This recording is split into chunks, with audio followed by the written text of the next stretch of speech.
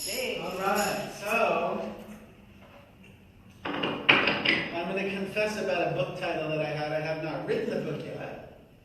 It's called something about the jelly donut. And there's actually a store in Palm Springs that's a donut store, and it's called the Jelly Donut. And the book is about a breakup where the person that if you ever had a relationship that really caused great pain if you're not together anymore, and the line was something like, they were so pretty to look at, but not very good for you. So I brought some donuts from the Jelly Donut. You don't have to eat it, they're not jelly. I guess next week I'll have to bring baby carrots or something healthy, right? But I did bring some. Holly is going to pass them around. If anybody wants them, you can have them during the service right now. And if not, you want to take one home with you, please do. It's kind of sugary and good, but they're the best. I mean, they're really, really good. And so I was out there today working, and I had an open house out there, and I had to go there and get a bunch because they're just too good. So tonight what I thought we would do, if it's okay with everybody, is Science of Mind has a beautiful section that is all meditations. And it's not the meditation like we just did, but it starts on page 553 and it just says meditations. They're actually more like a reading. And so I selected something that I thought could really help us, and I was going to read. What I was going to do is read part of it, and then I might go and just talk freely about part of it, and then we may do an affirmation on part of it, and then I may go back and keep reading. I have only maybe 2 pages that I really want to try to cover. Are you open to that for today? Thank you. I have my instruments with me. Do you want a donut? No. I've already had 2. I already had 2 today. Okay. Take a bite. I don't ever have donuts, and they're so good, and I shouldn't have, but I did. And so the talk title, it's interesting. There was another talk title that was trying to form itself, and it didn't quite get there all the way. But do you remember? I don't know. Tell me what year this was. Whether it's 80s or decade, whether it's 80s or 90s. I think it was 80s or 90s. Do you remember this saying where kids used to say, "as if"? Do you remember that? Yeah. I am old enough to remember it. Do you remember that? Yes. Yeah. They used to say, what year was that? I know that we were doing it in like the 90s, 2000s. Not in 2000 even? Yeah, I was as if, whatever, get the picture done. Yeah, as if. Yeah. So it was almost, and it almost reminded me, remember the Valley Girl language back a long time ago? But it was like as if, and you could like flip your hair. So, but then what was really coming to me the whole time about the as if was, that is really a very, very powerful science of mind tool.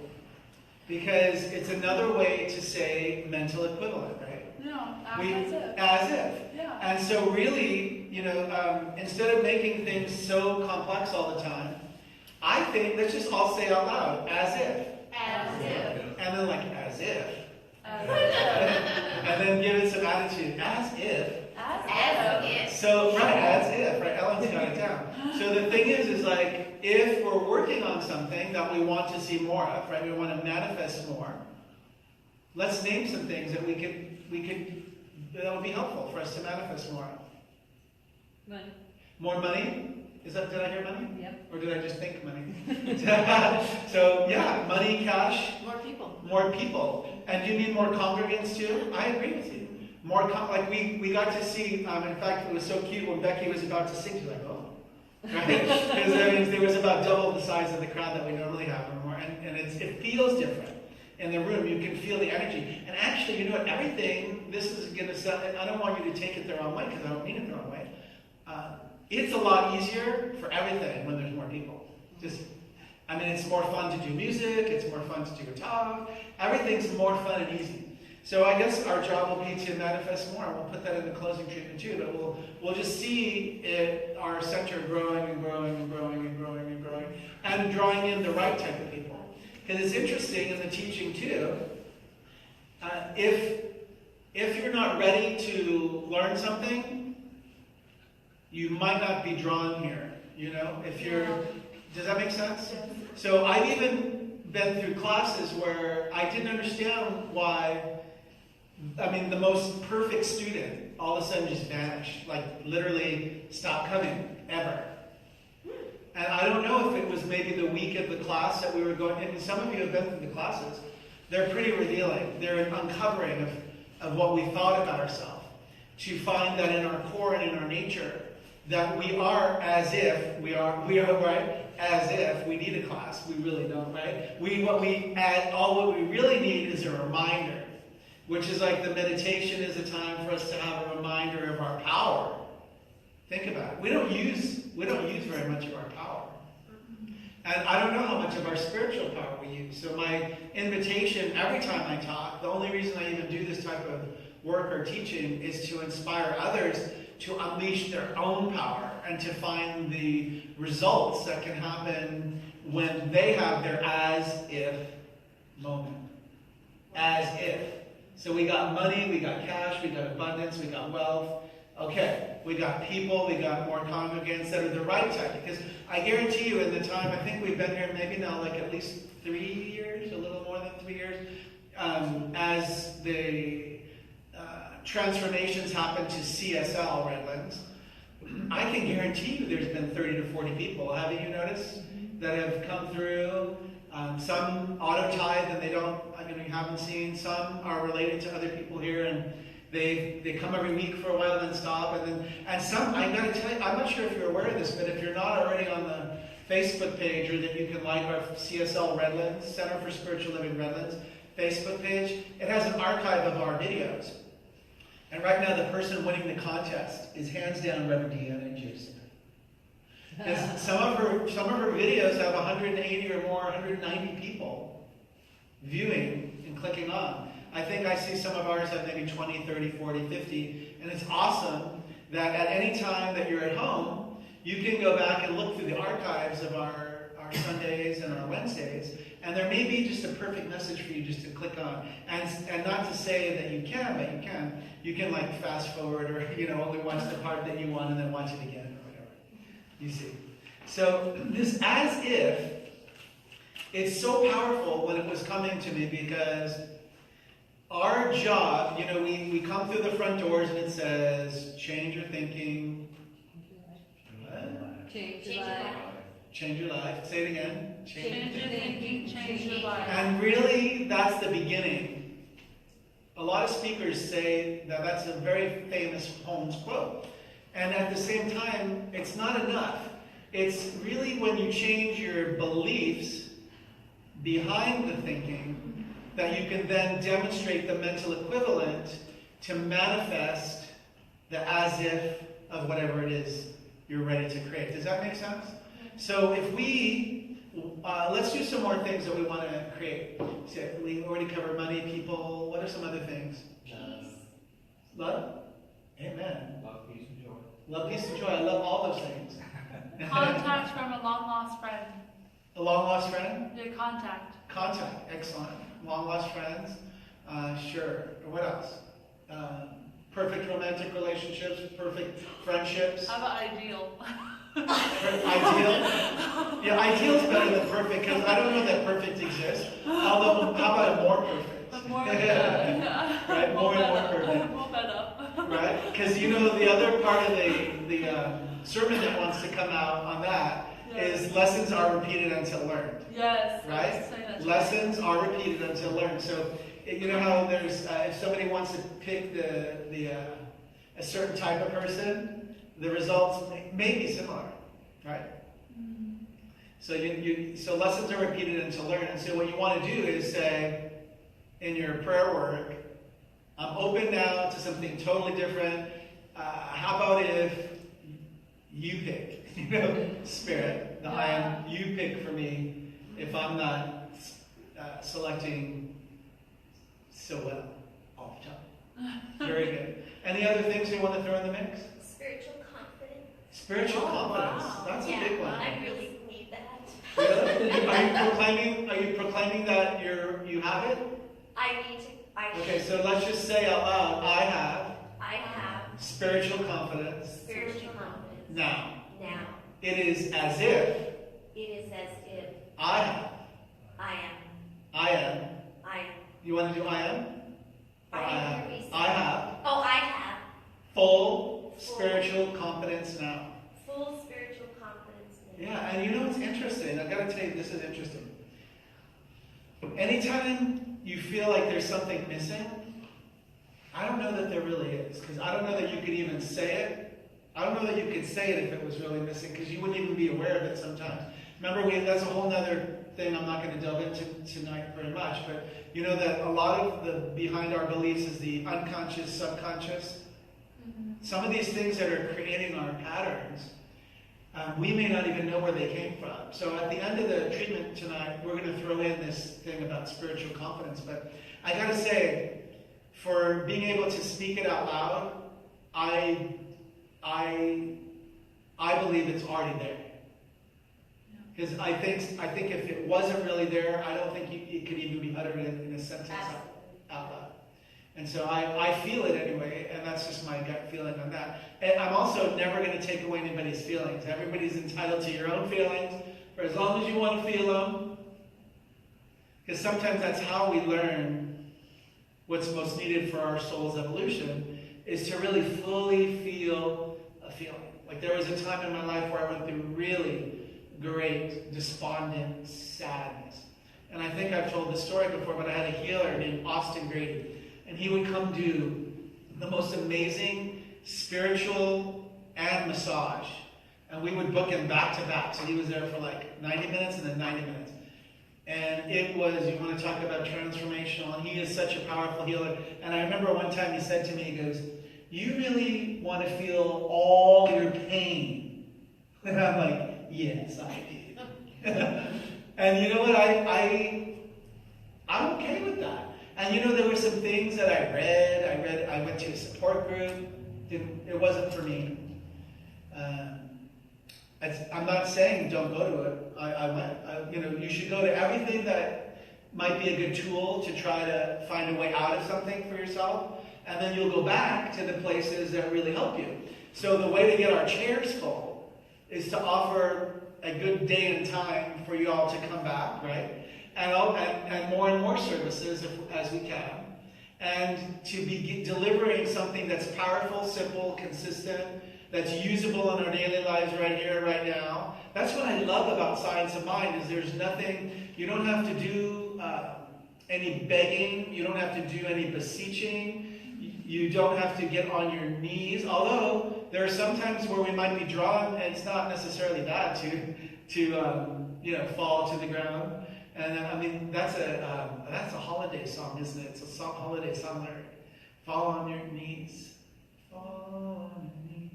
Oh, holy night, yeah. Oh, holy night. Because it's just coming to me really powerfully that sometimes it's okay if we fall on our knees. I think it's good if we could get ourselves back up, and if not, to reach out, try to ask somebody to help. I'm on my knees, and it's not the holy night, or it can be the holy night. Can you help me get up until it's closer to December? It would be nice to be able to help each other out. I think that's what spiritual communities do too. Is hopefully we can lend a hand, and an idea, and never tell you what to do. I really think that's important. We can hold a practitioner's taught to see perfect God, perfect man, and that's pretty much it. And the stories don't matter that much.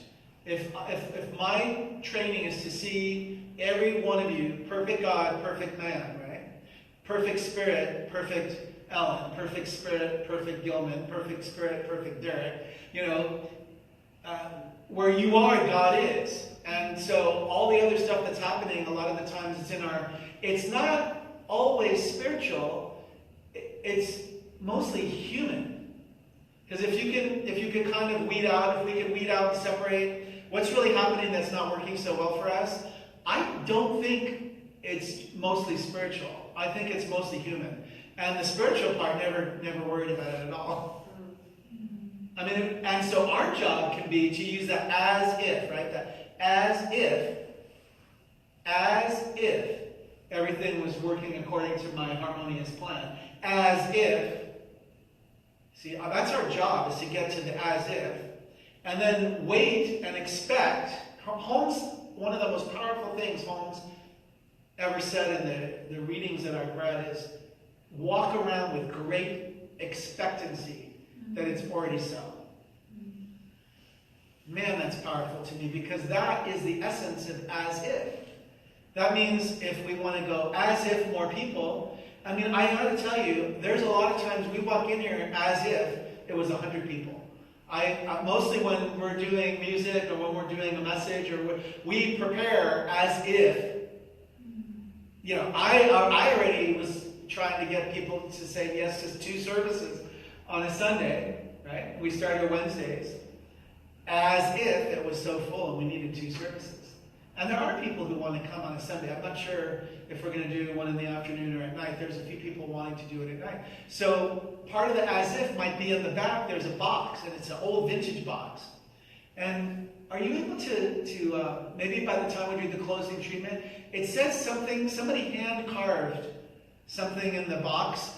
Do you remember what it says? I don't remember. It says something. You want it?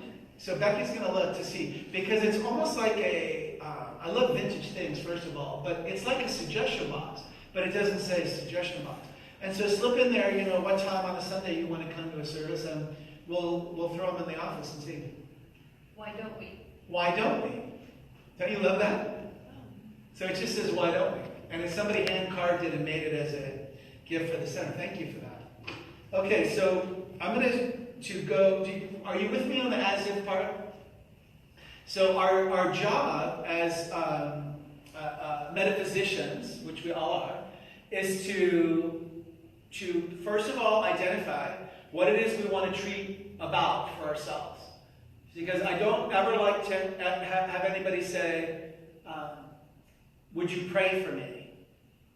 I'm like, no, I will pray about you. And follow where I'm going with this. If I pray for you, that means you really need prayer. I don't know that you do.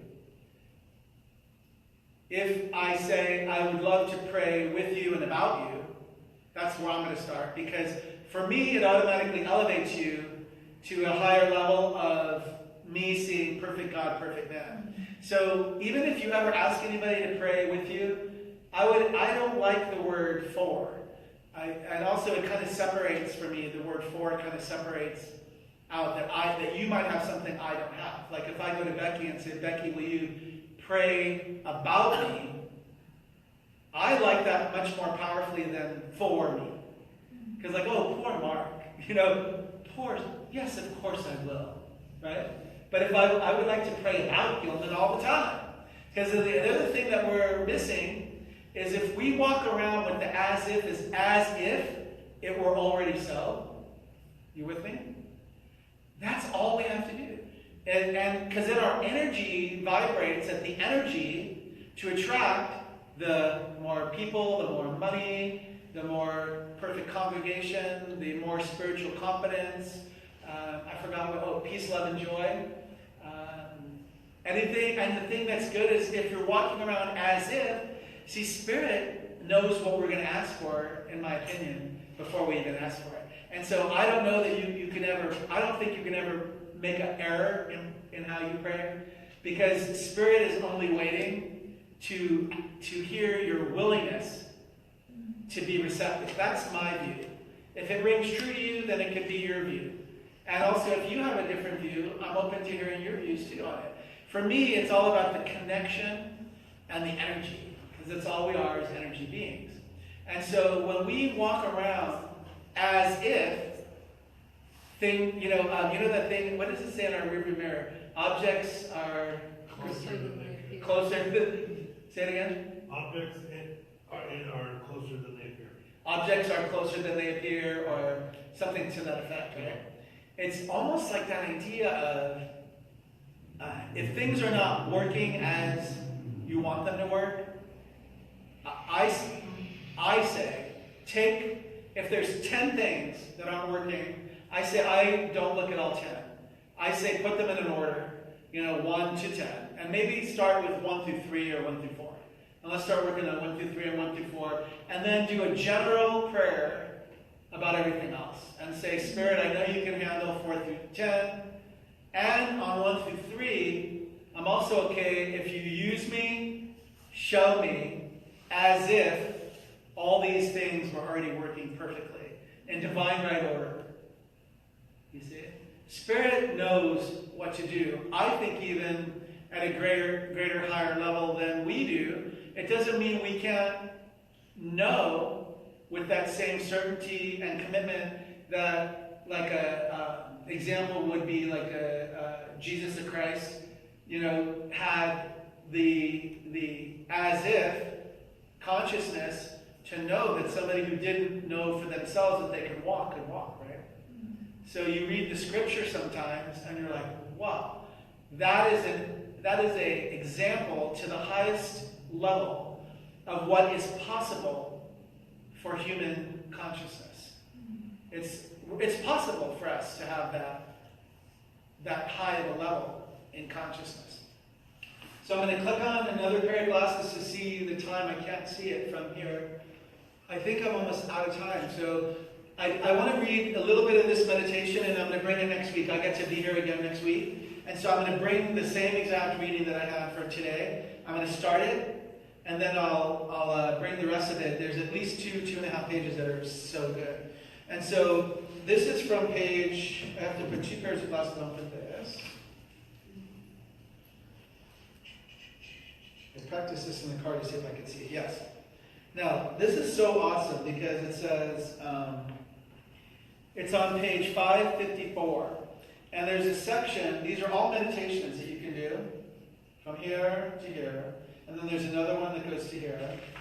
And this is exactly what I wanted to do. So I'm going to start with this. And when I feel like we should finish, we'll finish. And then next week, on Wednesday, we'll just keep going wherever I miss. But I only really have to get, oh my gosh, it even talks about abundance.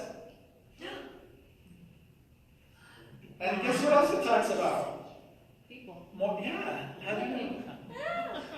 Oh, I didn't plan that. Wow. It talks about abundance is my inheritance. It says my vibration attracts friends to me. Wow.